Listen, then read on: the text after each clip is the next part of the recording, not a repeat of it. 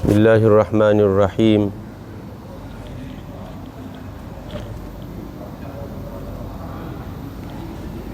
Assalamualaikum warahmatullahi wabarakatuh.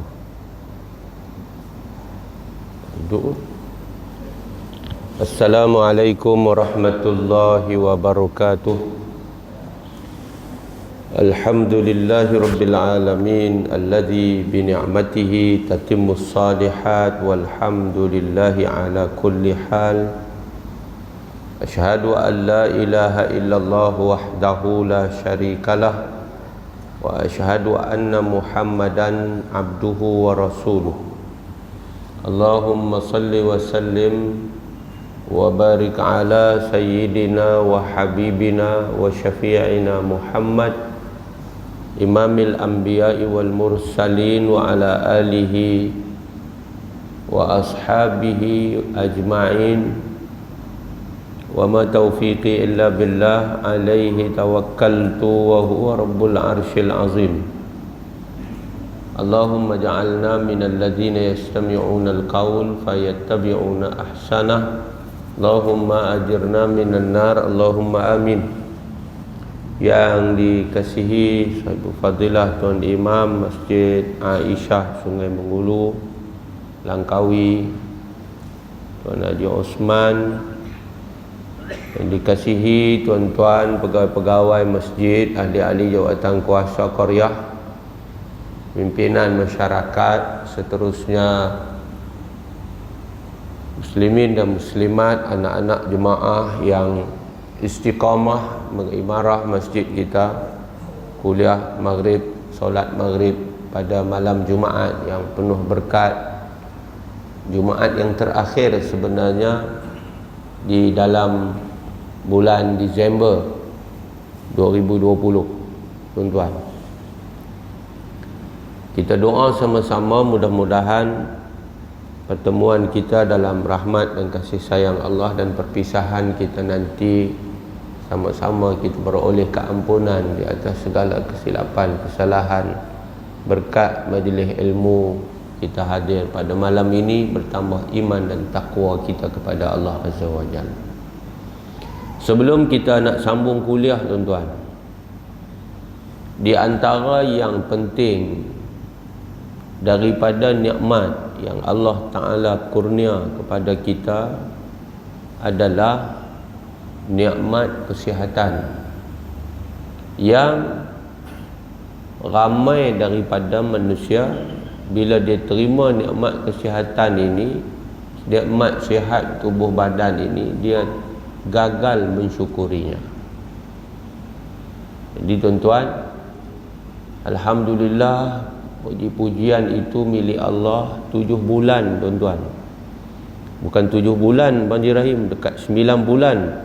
9 dari bulan 3 sampai dah habis ujung bulan 12, 9 bulan kita melepasi tempoh-tempoh yang panjang di dalam cengkaman COVID-19, satu penyakit yang jadi balak bersifat pandemik di seluruh dunia. Dia telah pun menyebabkan kes di seluruh dunia lebih daripada 79 juta manusia. Bahkan korban dia juga telah mencecah 1.739.000 lebih orang yang telah meninggal dunia. Bahkan di Malaysia, sedang tak sedang tuan-tuan, dalam tempoh 9 bulan ini kita sudah pun melepasi angka 100,000 kes. Jadi kita syukur banyak-banyak sebab kita ni orang yang di antara terlepas daripada terkena dengan COVID ini.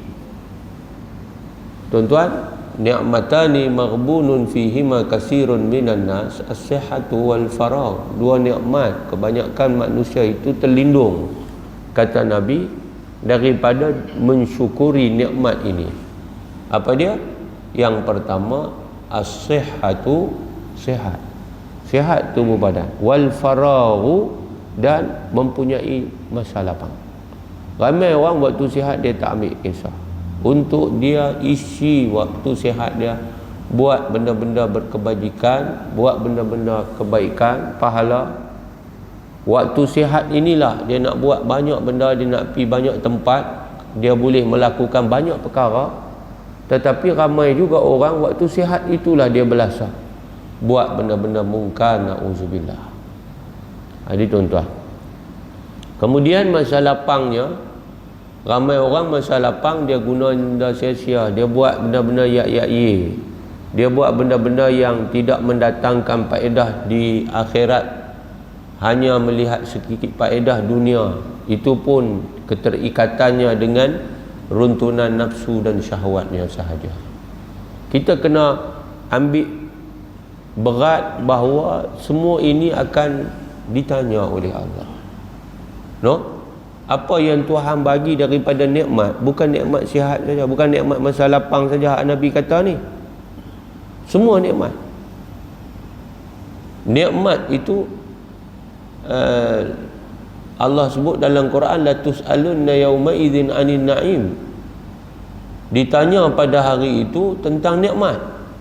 Nikmat hak Tuhan bagi kat kita ni, semua Tuhan tanya. Kita muda dulu kita buat apa? Harta benda kita dapat kita buat apa? Dari mana kita perolehi dia? Ke mana kita belanja dia? Nikmat anak pinak kita yang ramai, yang kita duk seronok suka dengan mereka, macam mana kita selesaikan tanggungjawab kita pimpin mereka jadi satu hamba Allah yang taat dan bertakwa. Nikmat kita hidup dalam masyarakat berjiran tetangga, macam mana kita duduk di tengah-tengah mereka. Nikmat kita dalam kehidupan ini, pendek kata, tak terhitung banyaknya. Allah kata, wa in ta'uddu ni'matallahi la tuhsuha. Kalau sekiranya kamu nak hitung, kamu nak bilang nikmat yang Allah bagi dekat kamu, kamu tidak akan mampu membilangnya. Bayangkan tuan-tuan, kita nak kira nikmat Tuhan pun kita tak mampu. Macam mana esok kita nak diperincikan pula di atas nikmat yang kita tak mampu kira. Maknanya hiduplah kita ini kalau betul-betul nak terlepas, tidak lain dengan rahmat Allah Subhanahu wa ta'ala jua. Yang menyelamatkan kita ini tuan-tuan bukan amalan ibadat kita nak masuk dalam surga, tetapi adalah dengan rahmat Allah Subhanahu wa ta'ala. Saya nak sebut sikit berkaitan dengan kesihatan. Malam ni saya nak peringat diri saya, sihat ini bukan melibatkan sahaja kesihatan jasmani. Ada ibu bapa, ada pasangan hidup, ada orang-orang dewasa yang begitu ambil berat dia tentang kesihatan fizikal. Anak-anak dia cukup jaga, dia punya suami dia cukup jaga, dia punya isteri dia cukup jaga, dia beli makanan-makanan kesihatan, bagi dia pemakan vitamin C, vitamin E, minyak ikan, minyak zaitun, macam-macam lagi. Pasal apa? Nak bagi sihat. Betul tak betul? Betul. Tapi sihat bukan sahaja fizikal. Sihat bukan sahaja jasmani kita perlu sihat. Kita kena sihat fizikal, kita kena sihat spiritual, kita kena sihat mental, kena sihat. Spiritual kita kena sihat, rohani kita kena sihat. Sebab tu kita tak boleh tinggal agama di dalam mencorakkan kehidupan kita. Baik fizikal kita, kita nak bangunkan dia, kita nak sihatkan fizikal kita, kita tak boleh tinggal agama. Tak boleh ambil benda terlarang, tak boleh ambil benda haram kerana nak bagi sihat tubuh badan, tak boleh buat benda haram nak bagi sihat tubuh badan. Semua tu ditunjuk oleh agama macam mana kita nak sihat tubuh badan kita. Yang ni tuan-tuan, ramai orang, saya ingat tak ada masalah, gym pun banyak, tak tahulah, bukan jin. Apa nama Ustaz Mizan ni? Bukan jin, gym. Gym ni apa nama? Gymnasium. Saya memang kuah pun ada gymnasium kan, aluk start pun banyak. Jadi dia pergi gymnasium. Lah ni pula musim naik gerek pula. Naik basikal rata tuan-tuan. Pasal apa? Nak bagi sihat. Kawan kita beli basikal sampai ribu-ribu pasal nak bagi sihat. Boleh tak boleh? Harus hukumnya. Tak ada masalah. Tapi ada batas-batas dia yang kita nak kena tengok. Kadang sedih kita berjalan nak pergi masjid, nak sampai dah duduk selisih dengan satu gerombolan. Mengarik dah. Kan? Mereka baru duduk kayuh gerek dengan pakaian basikal mereka tu. Kan? Saya baca dalam surah abang baru ni pasal penulis tu tulis kat kawan-kawan dia, sebab dia di Kuala Lumpur lagi fenomena. Saya PKL hari tu, Masya Allah, lagi banyak musim PKP ni pun banyak mereka naik PKPP ni, naik gerek ni rata. Jadi pakai pakaian dia ada pakaian dia sebab nak bagi apa nama, ada lah kot nak bagi laju ke, nak bagi apa ke, nanti pakai dia tu fit. Kita orang laki-laki ni Bang Man, pakai fit ni makruh mana, tapi orang perempuan dia pakai fit haram, kan? Tapi kita pun haram ada tempat dia juga cikgu. Mau kalau duk nampak menatang tu haram kan?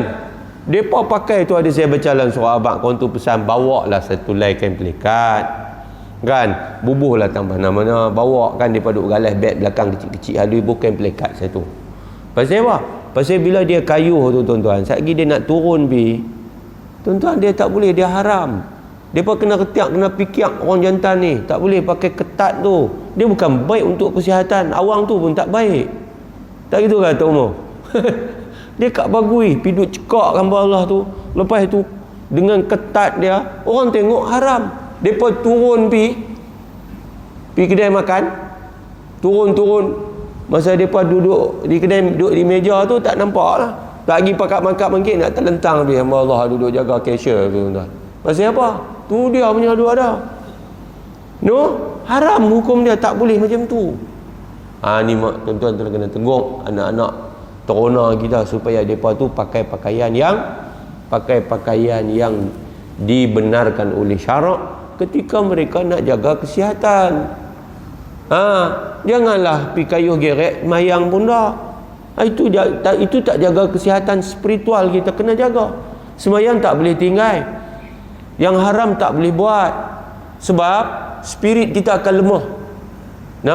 Apabila kita tak jaga kesihatan tubuh badan, makanan kita tak sihat, kita tak amalkan gaya hidup sihat, kita malas bergerak, kita makan banyak, tidur pun banyak, kita mi alit lansin, malas, kena sakit lah. Itu tubuh badan jasmani. Tapi kalau kita ini, kita tak semayang, kita tak tunai perintah Allah, kita buat dosa atas dosa, mulut buat dosa, tangan buat dosa, kaki pergi jalan buat tempat dosa, maka spiritual kita akan lemah.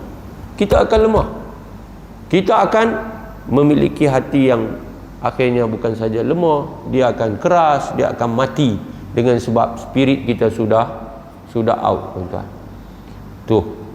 Jadi tolong perhati benda ni. Dan yang ketiga, kesihatan mental. Kesihatan mental ni masalah banjir rahim. Hari ni di Malaysia ada 500,000 orang lebih yang sudah menghadapi simptom sakit jiwa, masalah berkaitan kesihatan mental atau kesihatan jiwa. Kesian. Tadi saya singgah kod jalan, dia nak makan ubat, kena sikit minum tengah jalan tu. Ada satu Pak Long tu ceria ya, ada seorang-seorang dia dekat nak kita jauh dengan makhluk dah. Dia duduk tu, dia buka surah abang lama, dia ambil bawa banyak-banyak tu, pakai spek mata, dia baca. Dia tak sihat. Pasal apa? Kelam. Kan? Tapi Tuhan bagi kat dia. Pasal apa? Semangat membaca tu ada. Tuan-tuan, kesihatan mental, kita nak kena perhati benda ni. Pasal apa? Mental perlu dijaga. Hifzul akli ni, menjaga akal, adalah suatu kewajipan yang mesti dilaksanakan pemerintah, selain daripada hifzuddin, menjaga agama, kan? Hifzun nafs, menjaga jiwa, hifzul mal, menjaga harta, hifzun nasab, menjaga keturunan, hifzul akli, jaga akal. Kita tak boleh rosakkan akal kita. Kita tak boleh ambil benda-benda yang merosakkan akal kita, haram hukumnya. Ambil dadah haram, ambil ayat ketum haram, apa saja yang menyebabkan akal kita rosak, haram diambil di dalam agama kita. Jadi itu mukadimah. Sama-sama kita sambut melangkah ke tahun. Kita tak katalah sambut tahun baru, sebab memang tak sambut pun memang tahun baru tu akan mai juga, dan tahun itu pun bukan tahun kita pun. Tahun kita adalah tahun hijrah. Tetapi oleh kerana banyak juga yang terikat dengan perubahan tahun ini dipanggil tahun baru persekolahan. Anak-anak cucu kita akan balik semula ke sekolah pada awal Januari. Jom kita pastikan kita melangkah, dan melangkahlah bersama-sama dengan anak cucu kita ke sekolah dengan niat mengaji kerana Allah Subhanahu wa ta'ala. Yakinlah bahawa dengan rahmat dan kasih sayang Allah sahaja kita akan mendapat barakah, taufik dan juga keampunannya daripada Allah Subhanahu wa ta'ala. Kalau kita tinggal Tuhan, kalau kita tinggal kerana Allah, maka jangan harap kita akan berkat, kita mendapat rahmat daripadanya. Nah, kita sambung kuliah kita. Insya-Allah kita sampai di muka surat 19. No? Dia kita tengah duk hurai berkaitan dengan penulisan hadis-hadis Nabi. Masih lagi dekat situ. Penulisan hadis-hadis Nabi. Kita berada di perbincangan berkaitan dengan hadis riwayat daripada Abdullah bin Amru ini anak Sayyidina Amr bin Al-As. Dia telah menceritakan tentang dirinya yang dulu, sejak daripada dia mula, bila dia dengar hadis, dia akan menulis hadis yang dia dengar daripada Nabi SAW, sehinggalah sampai satu masa orang-orang Quraisy, mereka itu kata kepada dia, wahai wahai Abdullah, kamu tulis semua perkara yang kamu dengar daripada Nabi SAW, sedangkan Nabi itu basyarun yatakallamu fil ghadabi war ridha. Kamu tulis belaka apa hak kamu dengar daripada Nabi, padahal Nabi kita tu manusia, dia bercakap dalam keadaan ghadab, dalam keadaan kadang-kadang Nabi marah, dalam keadaan kadang-kadang Nabi tak marah, Nabi ridha.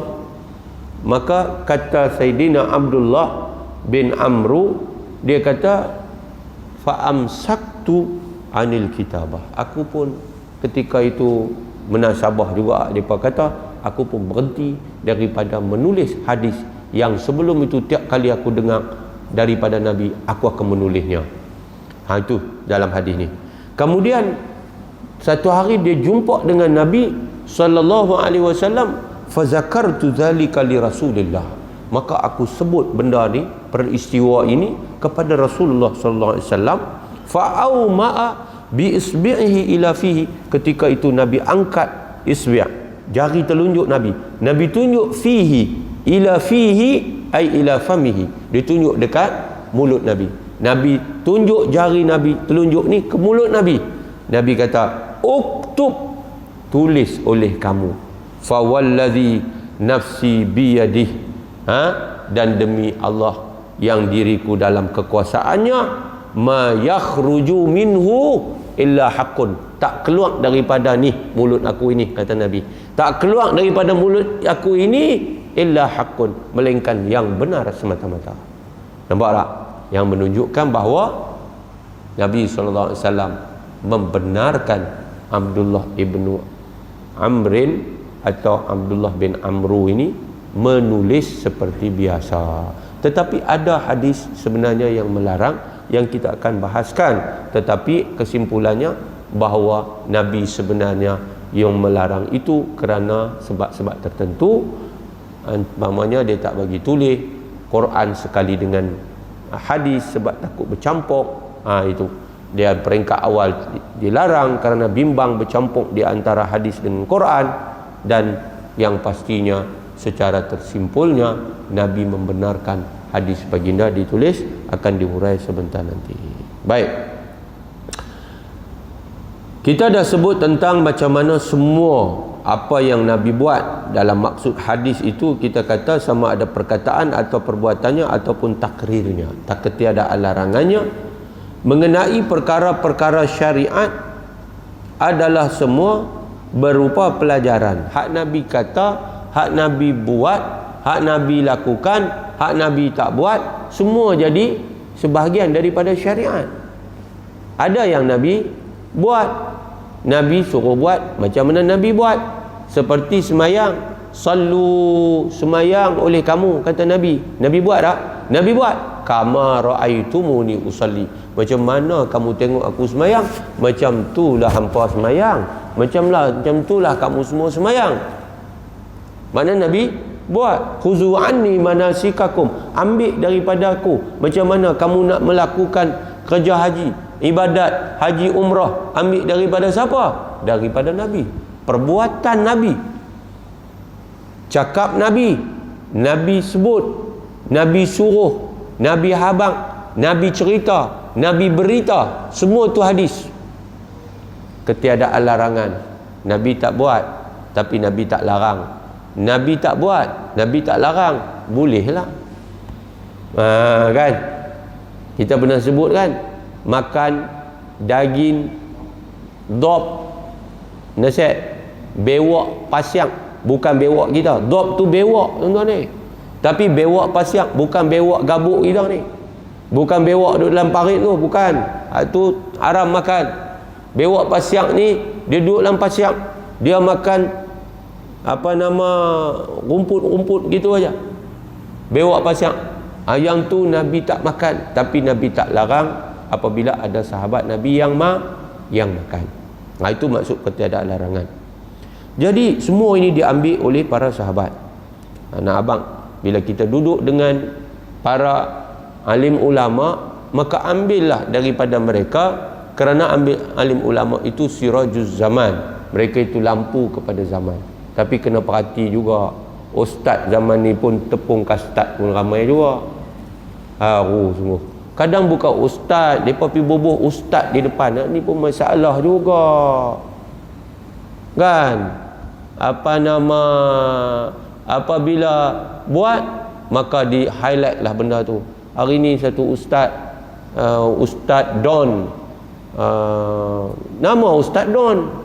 Ustaz Don ni ada ustaz kawan kita duduk kuliah, duduk ceramah, Ustaz Don. Tapi ni bukan Ustaz Don tu. Ustaz Don ni, dia dengan kawan dia, dengan gelaran ustaz, bukan ustaz pun. Dia pergi, dia perkena geng-geng pendatang asing ini, dia pun rompak pakai gelaran ustaz. La ilaha illallah. Ini pun masalah tuan-tuan.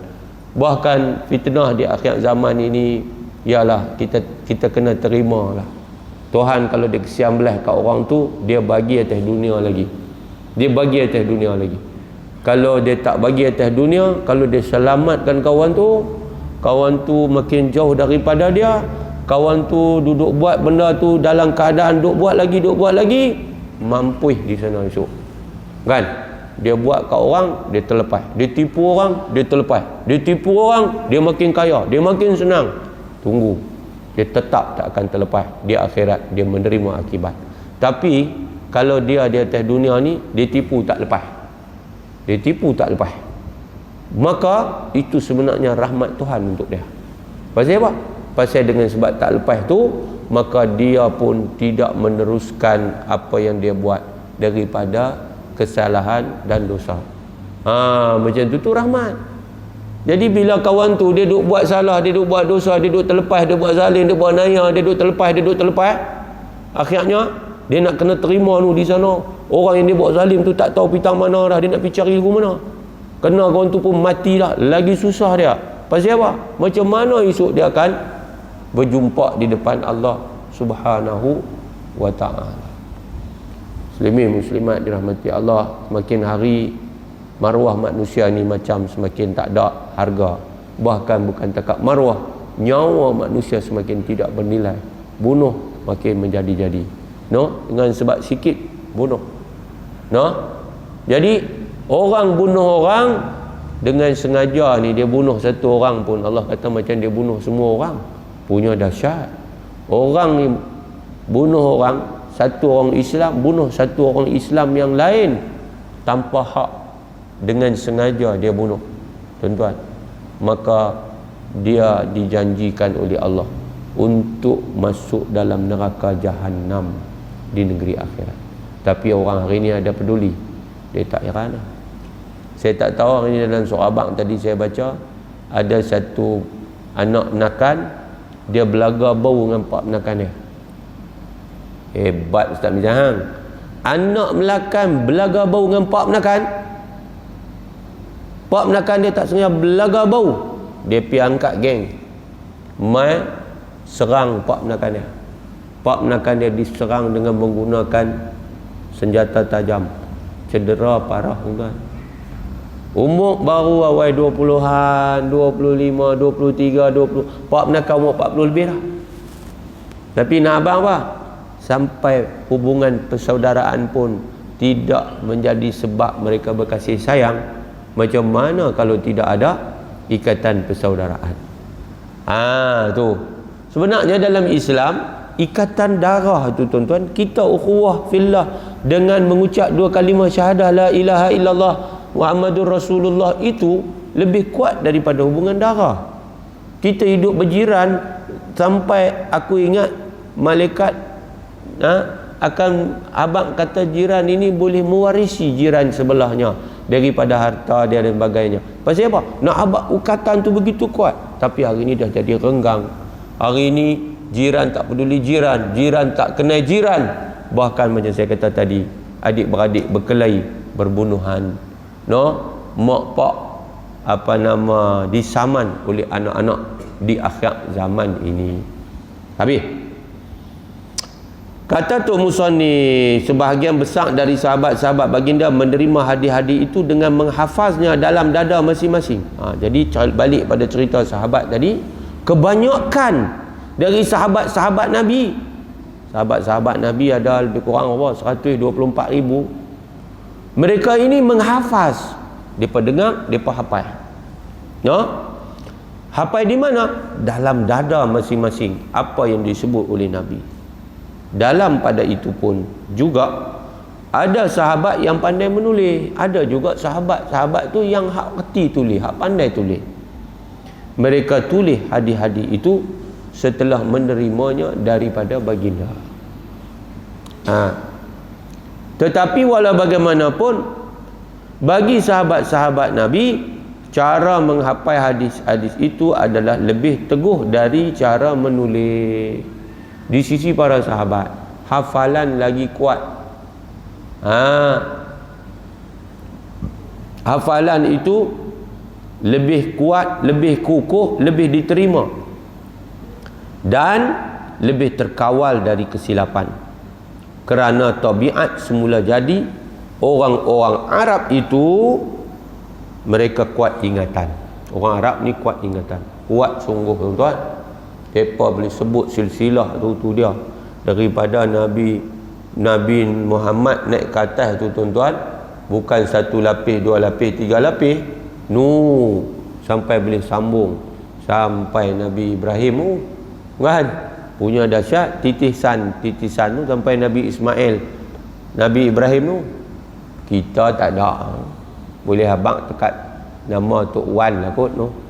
Nama Tok Wan, lepas tu tak tahu nak abang Tok Cha apa, tak tahu dah lah. Pasal apa? Kita demikian sifat yang Allah bagi dekat mereka dan kita berbeza.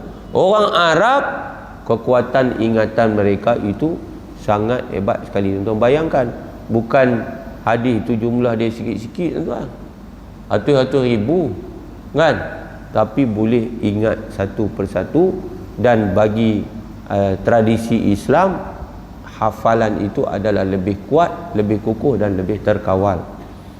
Tambahan pula, mereka itu bersifat adil disebabkan kekuatan imannya. Maksudnya para sahabat Nabi yang 124,000 ini kulluhum udul, mereka itu semua bersifat adil. Mereka itu yang hidup bersama dengan Nabi, mereka itu adalah sahabat yang adil kerana kekuatan iman mereka. Dari usaha sahabat-sahabat baginda dalam hal penulisan hadis-hadis itu, maka banyaklah hadis-hadis Rasulullah sallallahu alaihi wasallam yang terkumpul dalam tulisan pada masa ayat baginda. Kita tahu macam mana sahabat-sahabat juga ramai yang menulis. Mereka itu penulis-penulis wahyu. Ada yang telah ditentukan oleh Nabi SAW. Mereka ini jadi penulis wahyu Nabi.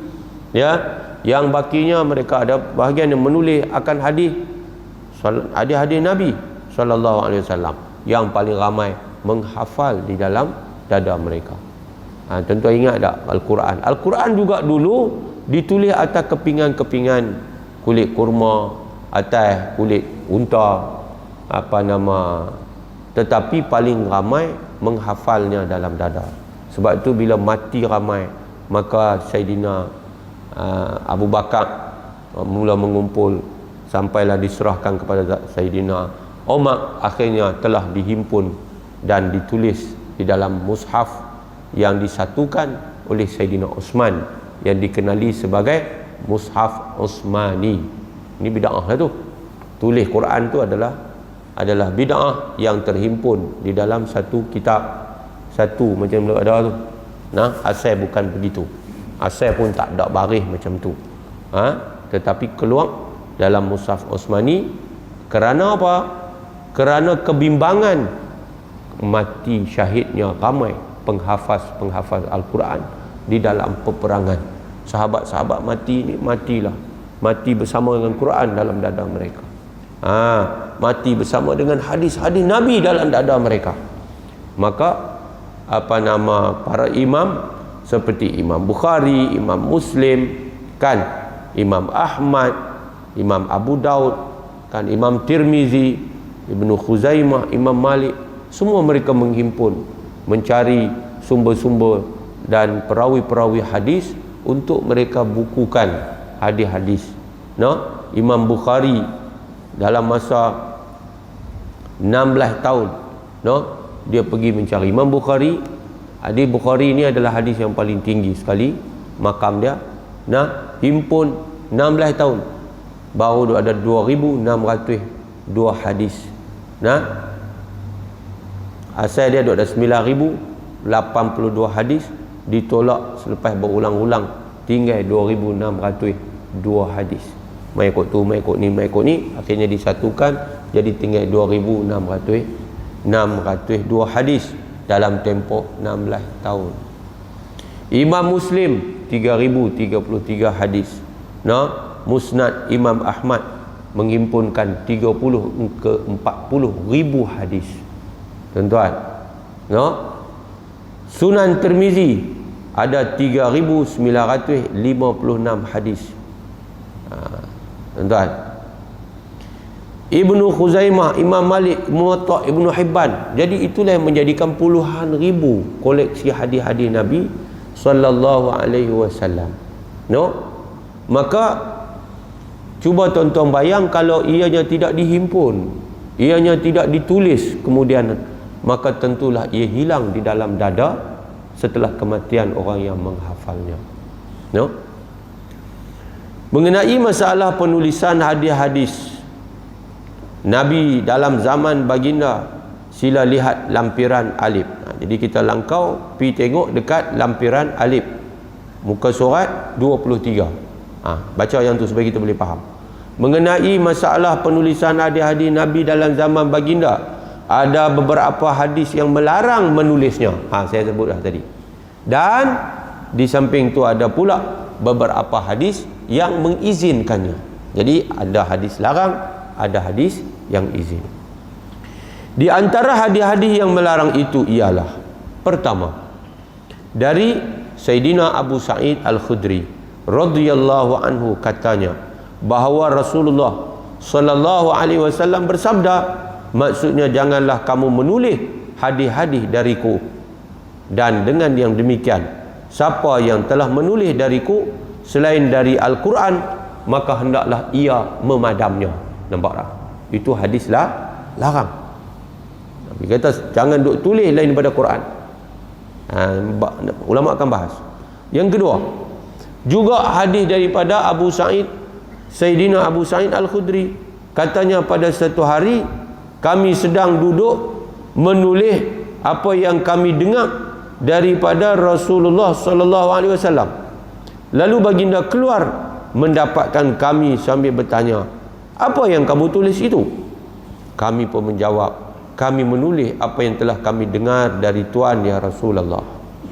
Mendengarkan jawapan kami itu, baginda bersabda, maksudnya patutkah kamu menulis sesuatu yang lain bersama dengan kitab Allah, yakni Al-Quran, tulislah kitab Allah itu sahaja dan bersihkanlah dia dari yang lainnya. Nampak? Maka kami pun mengumpulkan hadis-hadis Nabi yang telah kami tulis itu pada satu tanah lapang, kemudian kami membakarnya. Setelah itu kami bertanya kepada baginda dengan berkata, ya Rasulullah, bolehkah kami menyampaikan hadis-hadis yang kami dengar dari Tuan kepada orang lain? Nabi menjawab, boleh. Okey, dua. Jadi dua hadis yang nampak jelas melarang daripada hadis Nabi ditulis oleh para sahabat. Nampak tak? No? Tetapi kedua-dua hadis tadi disebut ada kaitan dengan Al-Quran. Di antara hadis yang mengizinkan pula, yang pertama hadis nombor 2 yang tersebut dalam bab ini, hadis Abdullah bin Amru yang cerita macam mana Nabi SAW akhirnya menunjuk dengan jari telunjuk di mulut Nabi dan bersumpah, tulis oleh kamu, tak keluar dari mulutku melainkan yang benar. Makna Nabi bagi tulis. Yang kedua, hadis yang diriwayatkan oleh Al-Imam Bukhari dan juga Imam Muslim. Dia cukup power lah, hadis sahih. Juga Imam At-Tirmizi daripada Abu Hurairah radhiyallahu anhu katanya, tak kala Rasulullah SAW beroleh limpah kurnia Allah menguasai tanah suci Makkah Al-Mukarramah, tahun yang ke-8, tampillah baginda berpidato kepada orang ramai. Nabi bangkit, Nabi menyampaikan satu pidato. Lalu ketika Nabi tengah duduk berkhutbah itu, tengah duduk berpidato itu, bangkitlah satu orang, nama dia Abu Syah.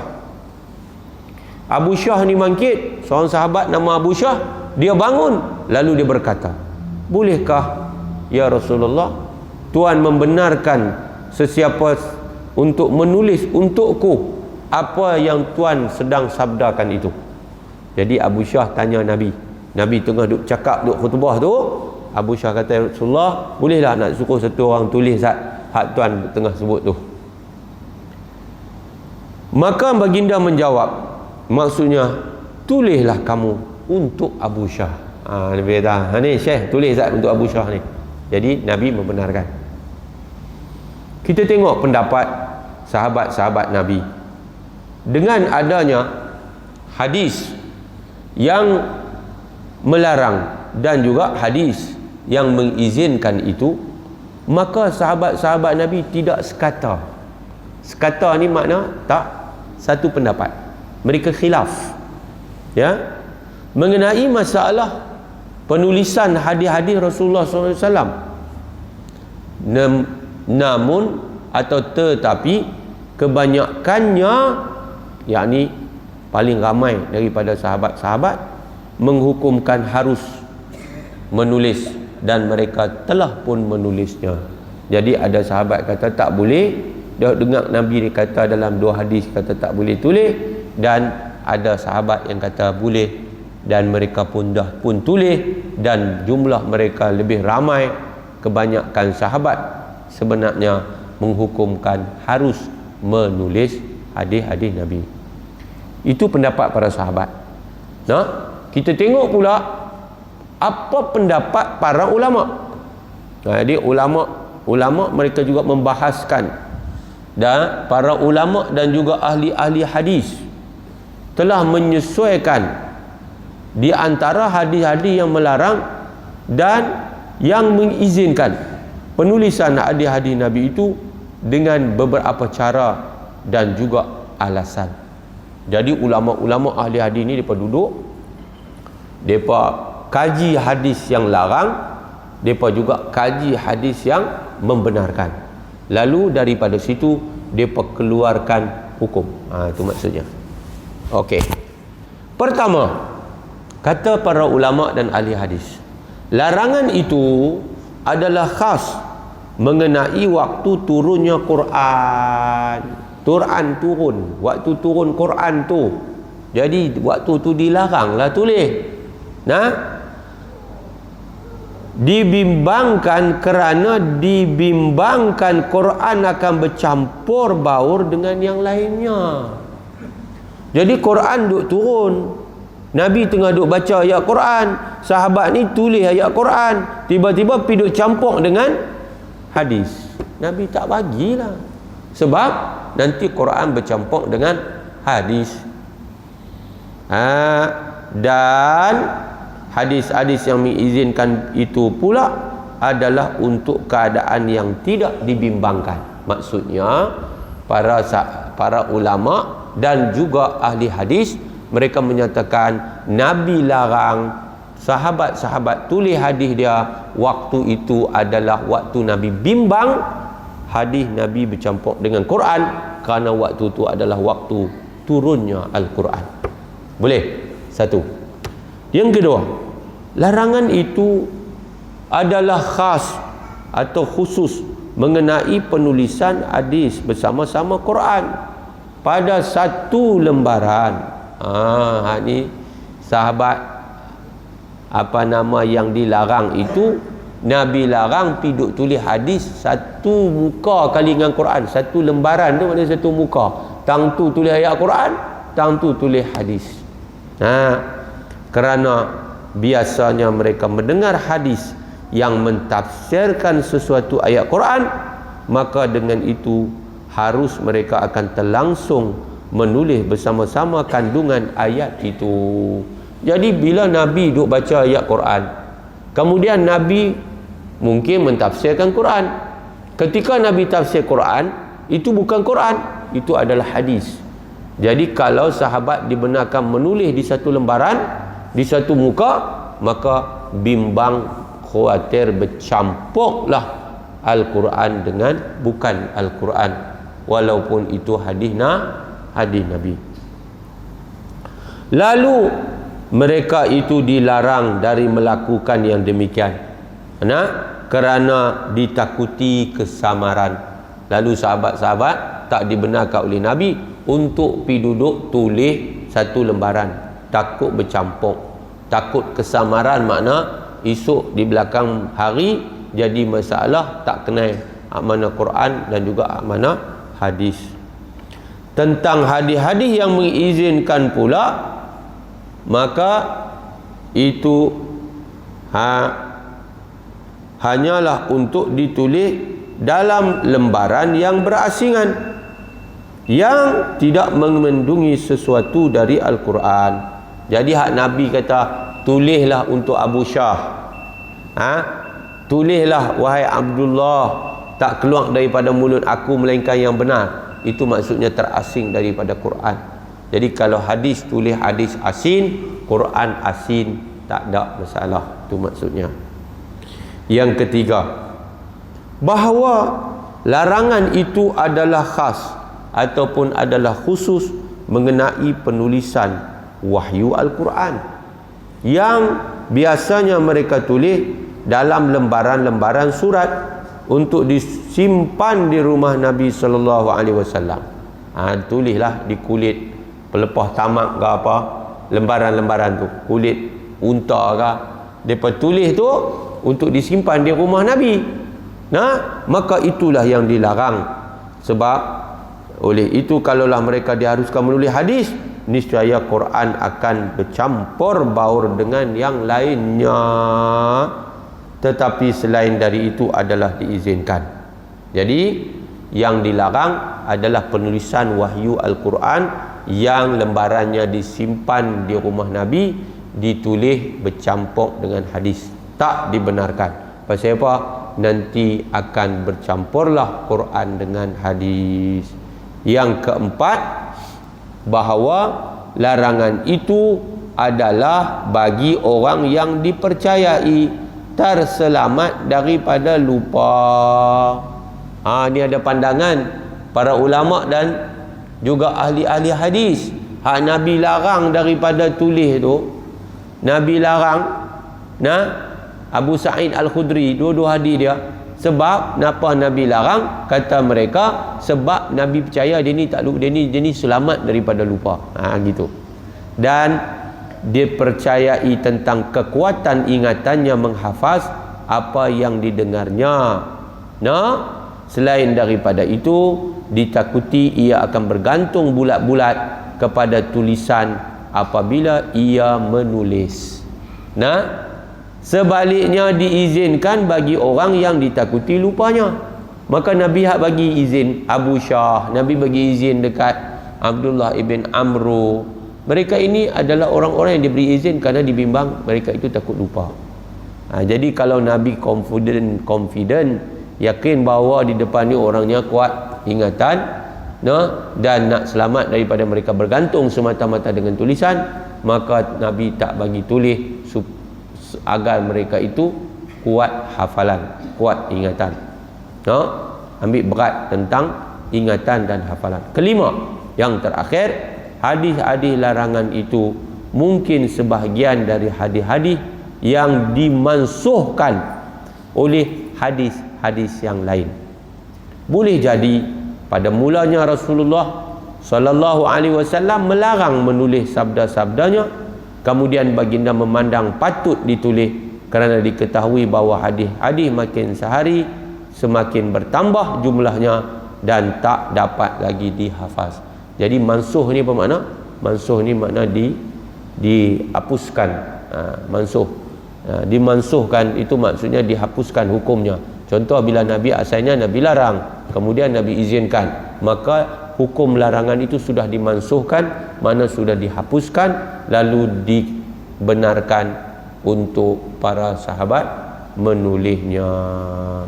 InsyaAllah tuan-tuan, kita akan sambung. Yang kedua, baginda mengizinkan supaya hadis-hadisnya ditulis. Sikit ya. Penulisan hadis-hadis Rasulullah SAW itu balik ke muka surat 20. Penulisan hadis-hadis Rasulullah SAW itu bukanlah dilakukan oleh sahabat-sahabat baginda secara rahsia, tetapi dilakukan setelah mereka mendapat kebenaran dari baginda. Jadi Nabi ini, bila Nabi bercakap, ada sahaja sahabat yang terima, mereka tulis itu bukan tulis rahsia-rahsia, tulis terang-terang. Bahkan mereka mendapat kebenaran daripada Nabi. Sahabat-sahabat Nabi dengan sifat keadilan mereka tidak melakukan sesuatu perkara yang berhubung dengan hadis-hadis Rasulullah SAW khasnya dan dengan perkara-perkara agama amnya dengan tidak mendapat kebenaran dari baginda. Nampak tak? Tu adab yang diajak, macam mana kita dengan Nabi SAW ditunjuk oleh para sahabat, mereka tak akan buat melainkan dapat kebenaran daripada Nabi. Nabi dah tak ada dah tuan-tuan. Lah kita nak buat satu benda, kita nak rujuk kat siapa? Rujuk dekat Nabi juga. Rujuk kat siapa? Rujuk hadis Nabi. Rujuk kepada Allah, rujuk kepada Rasul. Kan? Farudduhu ilallahi war rasul. Kamu kalau selisih faham, tak sependapat dalam satu-satu perkara, maka kembalikan perselisihan kamu itu untuk selesaikan dia dengan kembali kepada Allah dan Rasul. Allah tu maksudnya kembali kepada Quran, Rasul itu maksudnya kembali kepada hadis. Jadi kita akan selamat, kita akan sentiasa dalam keadaan mendapat redha Allah selama kita dengan Quran dan hadis. Taraktu fikum amrain, Nabi kata aku tinggal dekat kamu dua perkara, ma in tamassaktum bihima lan tadillu ba'di abada. Kamu tidak akan sesat selama-lamanya selama kamu berpegang dengan kedua-duanya, iaitu kitab Allah, yakni Al-Quran, wa sunnati, dan sunnahku, yakni al-hadis Nabi sallallahu alaihi wasallam. Jadi tuan-tuan, kita akan sambung lagi dalam kuliah kita di tahun yang akan datang, yang ketiga, segala yang disampaikan oleh baginda dari Allah itu adalah tetap benar. Jom kita terus melakukan segala yang terbaik daripada perintah agama dengan berfikir yang baik, bercakap yang baik, dan melakukan amal yang paling baik. Mudah-mudahan kita dapat tempat yang terbaik. Terus santuni anak-anak yatim, bantulah orang-orang yang memerlukan, elakkan perpecahan, hubungkan persaudaraan, kukuhkan pemuafakatan, hidup dalam keadaan kita sama-sama menjaga silaturahim, akan pasti mengundang rahmat dan berkat daripada Allah Subhanahu wa taala. Mudah-mudahan negara kita terpelihara dan agama kita sentiasa berada di mercunya, dan cabaran 2021 yang akan tiba tentulah tidak serupa lagi dengan 2020. Apapun, kita tetap yakin bahawa Islam yang kita julang bersama ini akan tetap semarak cahayanya walaupun dibenci oleh orang-orang yang kafir. Kita sambung lagi. Yang baik dari Allah, salah silap kelemahan saya sendiri. A'udzubillahi minasyaitanirrajim. Bismillahirrahmanirrahim. Alhamdulillahirabbil alamin. Allahumma salli ala sayyidina Muhammad wa ala alihi wasahbihi ajmain. Allahumma hdi qaumana fa innahum la ya'lamun. Allahumma 'allimna ma yanfa'una wanfa'na bima 'allamtana. Allahumma zidna ilma. Allahumma arinal haqqa haqqan warzuqna ittiba'ah wa arinal batila batilan warzuqna ijtinabah. Rabbana atina fid dunya hasanah wa fil akhirati hasanah wa qina adzabannar. Wa sallallahu ala sayyidina Muhammad wa ala alihi wa sahbihi wa baraka wa sallam. Walhamdulillahi rabbil alamin. Anakallahumma bihamdika asyhadu an la ilaha illa anta astaghfiruka wa atubu ilaik. Bismillahirrahmanirrahim. Wal 'asri innal insana lafi khusr illa alladhina amanu wa 'amilus shalihat wa tawassaw bil haqqi wa tawassaw bis sabr. Assalamu alaikum warahmatullahi wabarakatuh. Taqabbalallahu minkum.